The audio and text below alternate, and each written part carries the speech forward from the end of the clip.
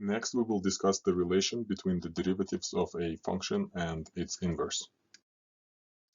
Let's consider f inverse of x, and let's find its derivative at point x equals a. Instead, we can use the definition of a derivative as the slope of the tangent line to the graph at the point.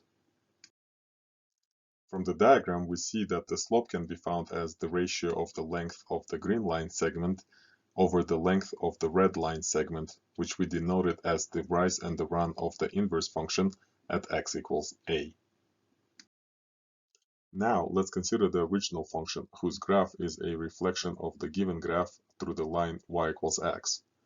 According to the diagram, the rise of the tangent line to the graph of the inverse function at x equals a became the run of the tangent line to the graph of the original function at x equals b, and vice versa.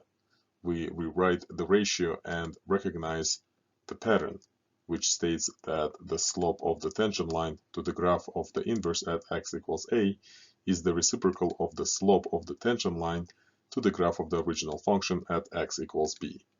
We symbolically express this relation as the following formula. We can rewrite the formula using the fact that b is the output of the inverse function at a. And we can replace a with x to get the most general result.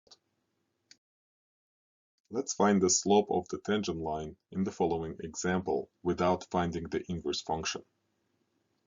The slope is the derivative evaluated at 2, which we can find using the formula. We use the fact that the output of the inverse function at 2 is 1, and then we find the reciprocal of the derivative of the original function evaluated at 1. After simplifying, we get the desired slope. We discussed the relation between the derivatives of a function and its inverse.